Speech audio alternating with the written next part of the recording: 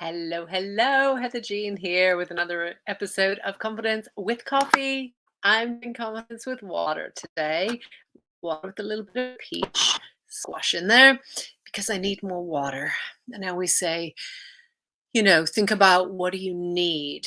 And for me, my body needs more moisture and more water. And aren't we lucky to be able to just have that?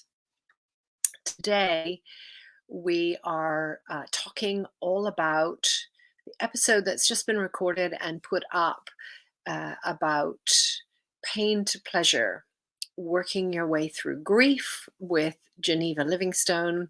If you haven't seen the podcast or Vodcast, right here on YouTube, you can go to the Vodcast playlist and you can watch the episode there.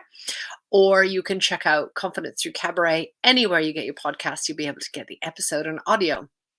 So welcome, welcome. This is the segment, Confidence with Coffee, where I have a little bit of chat about what we have talked about on this week's vodcast. Now, most of the time, unless I've recorded the episode as just me sharing, most of the time I don't say very much. I'm just kind of the moving from one topic to the next and kind of facilitating the questions and kind of keeping the conversation going.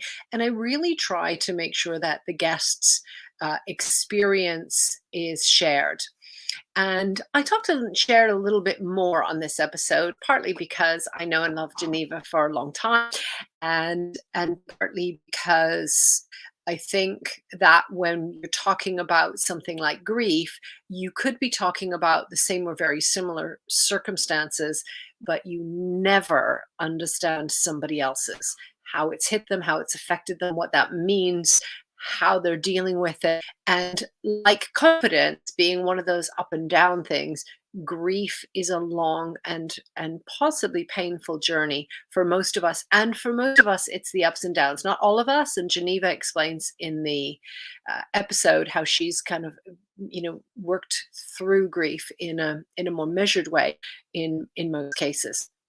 So we talked about what is grief, and most people think of grief as you've lost somebody, as in death, as in somebody has passed away.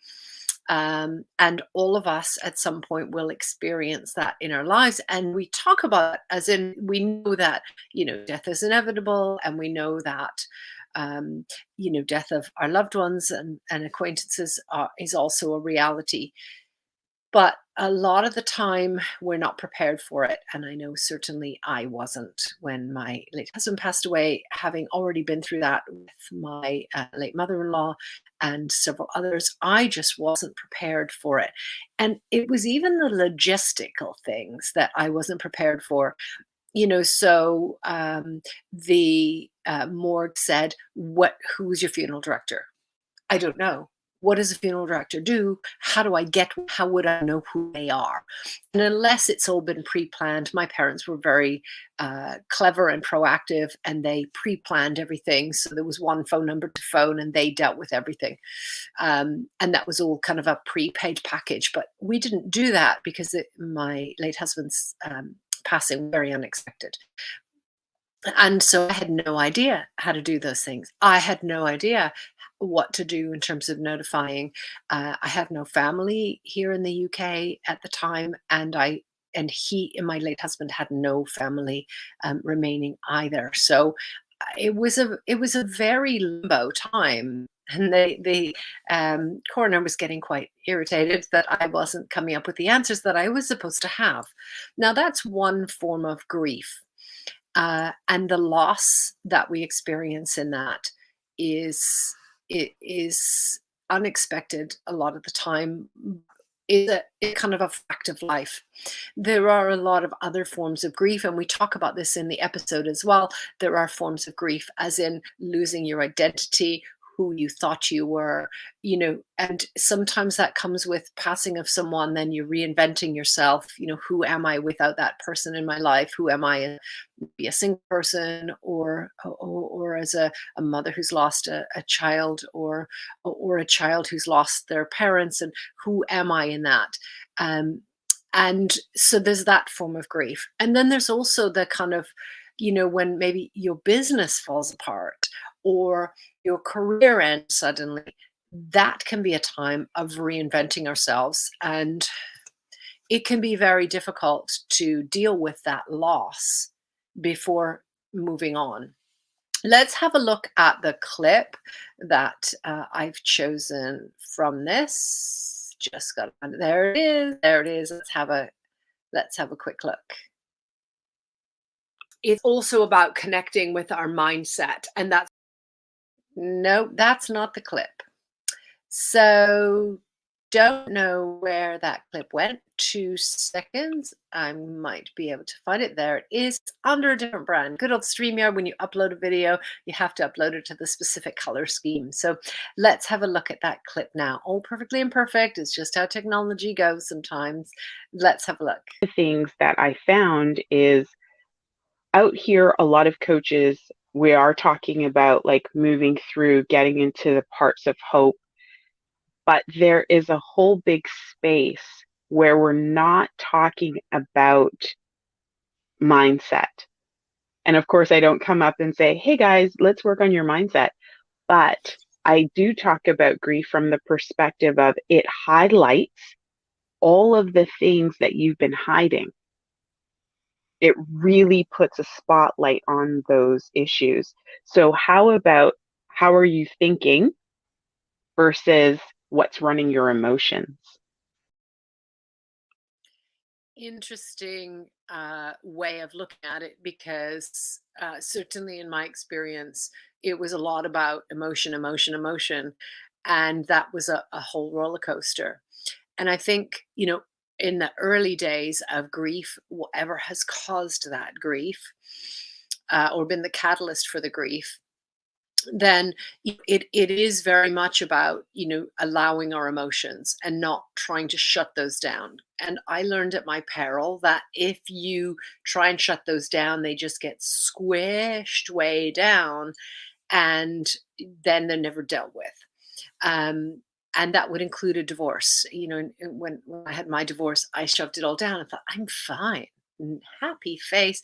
And I really thought I was fine. I really didn't think that I needed support. I just thought, this is what I want and I'm moving on. And I felt quite free, in fact, because being in an abusive relationship, it was quite freeing, at the same time quite scary. But how are you thinking is an important way to look at things when you consider how much grief we carry around with us that was never dealt with and that needs to be processed and released. And our thinking needs to change in order to go from that pain to pleasure, to find our path on the journey.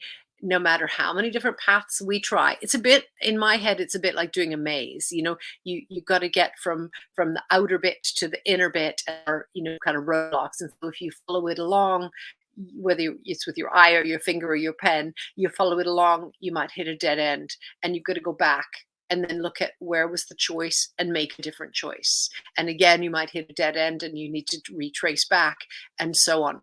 So that thing, that that being able to move forward, it's not a race. It's not, how do I get from here to here?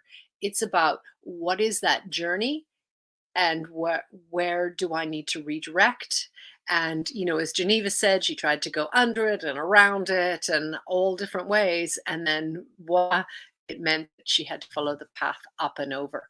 And I think a lot of times we aren't helping ourselves through the emotions, through the thought process, because we're not thinking about, how are you thinking. Um, and we're often too quick to think, okay, so what's next? Like, I've dealt with this, but have I? But I'll just put that in the closet, or I'll shove that down, and then I'll move on. And it's not, it's a journey. That's the whole point. It's the journey. And if you're looking for, how do I get this over with, which is what I spent most of my young life with, um, I can remember being in my 20s and being traveling the world, and I would say, I love this. I wish it was over and I had already done it, because it was hard going through it. Now that's in a choice, that's in a pleasurable thing, that's in, something that I wanted. When you're dealing with something that is such raw, deep pain, in terms of letting go, to move forward, to acceptance, to pleasure, then we need to be thinking about, you know, what is this journey that I'm on? What is it telling me? We need to be able to get quiet and hear what our intuition and our core self is talking to us about, our true self. Uh, and we need to be able to have times when we switch that off and just be, active and enjoying. And there are so many routes to getting from that pain to that pleasure, so many routes. And you'll find next week's episode, we will be talking about laughter therapy. That's another route. And there are so many routes, even just within that pathway. And so I love that Geneva has, looked for different paths and found that this is the clear path with a big spotlight on it that is telling her that this is her way forward for now. And we're never done. Not until our last breath, and then we're done. But we're never done. Not, in terms of our life journey here, in terms of what we're here to do. We're here to learn. We're here to experience pleasure. And our pain shows us that way to pleasure, and shows us the contrast. Otherwise, we'd never recognize it as pleasure. And there are a lot of truisms in there that, when we really start to do the work and embrace it, we grow. It's not easy. It's never easy when it's something that involves grief and pain. But it is important that we get through it. And it is important that we try and put on a brave face. We get the support that we need. We get the coaching that we need. We get the guidance. We get the love and the friendship that we need.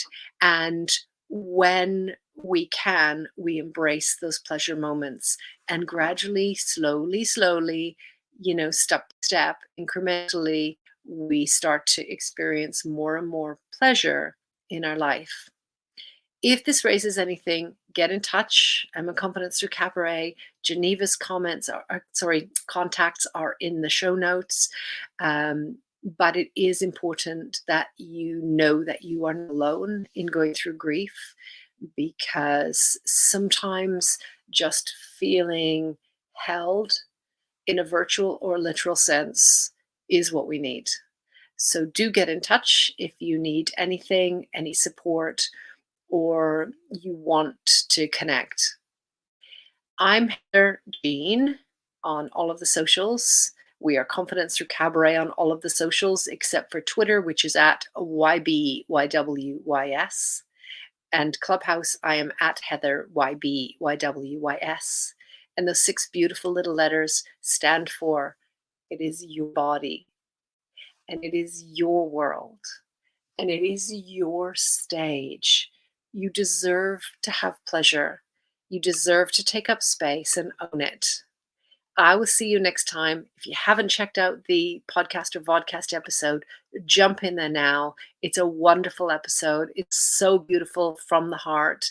And Geneva is such a fabulous guide. Thank you so much for joining me. I'll see you next time. Bye for now.